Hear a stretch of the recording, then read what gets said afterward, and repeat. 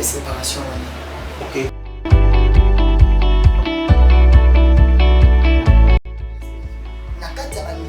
Séparation, où est la maison matin, où est la département, où est la groupe choral.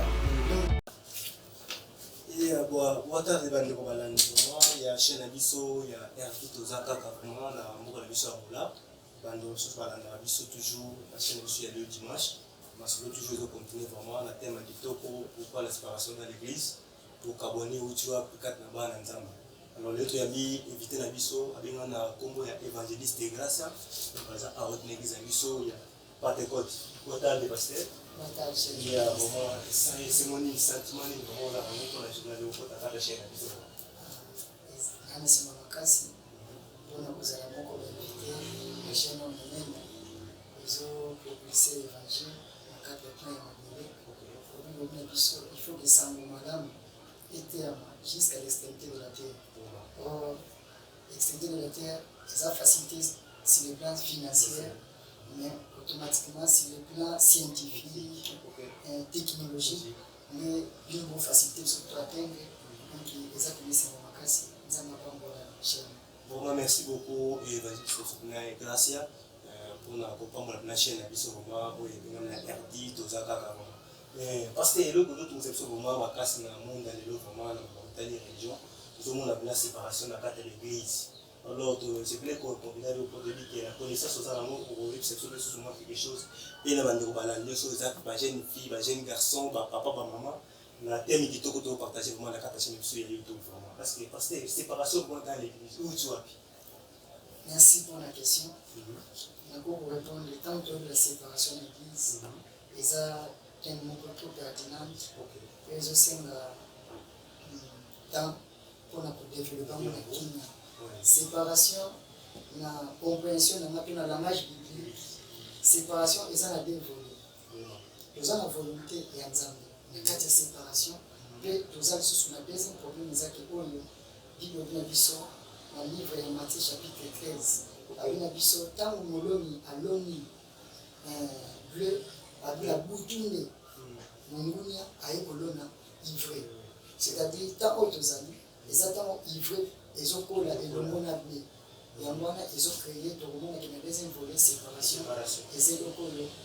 Ils ont plein d'exemples. En quelque sorte, on a des volets de vie. La part d'ensemble, plein d'ensemble, et plein il y a notre amis. Mais non seulement ils ont dépend de la langue, pour expliquer le peuple, voilà, le bichon, partout dans le monde, pour comprendre le bichon, moi, nous tous en amour. Ni plutôt la séparation de l'église. Parce que pour des détails, il faut vraiment la séparation telle que nous sommes là. Et tout ça va payer ou bien comment je dis. Séparation, au plus ça. La colombe oui. Mille, la connaître. Plein d'exemples des années de séparation. Ok. C'est ça ma réponse. Ok, donc nous sommes dans la clé vraiment.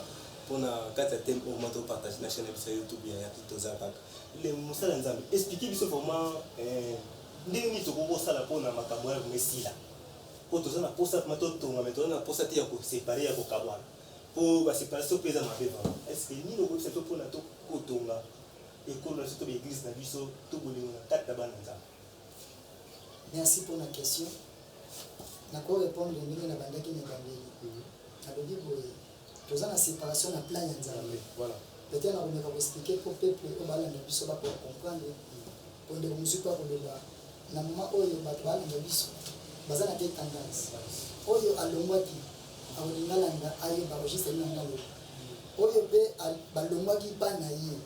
Ndeko alongwaki bana kende ko bana musala mususu, azabe na douleur ne mususu. Donc, on va partager même sentiment dans le message.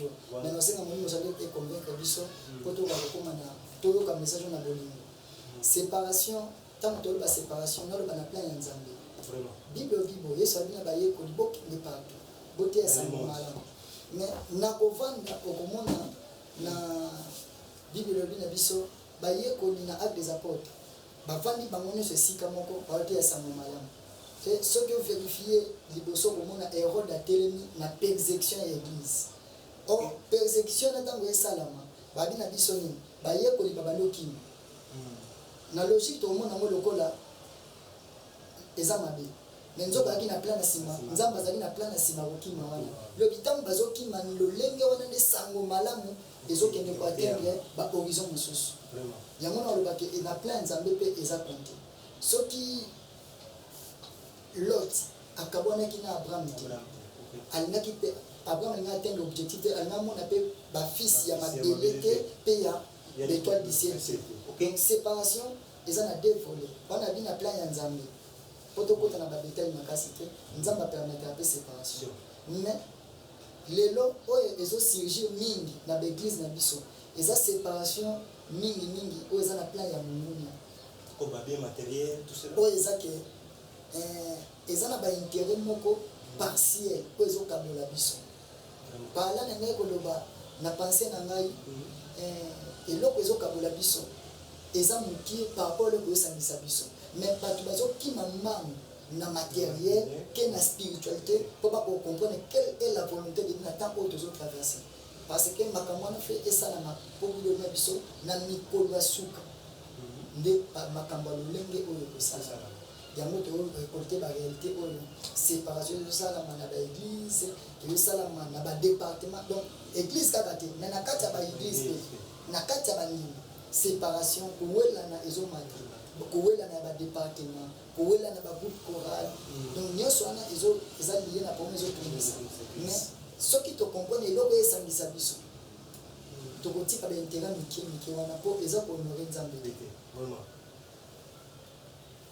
problème soit séparation evandi na problème ya leadership pour difficulté église etraverse lelo eza leadership mal compris et mal interprété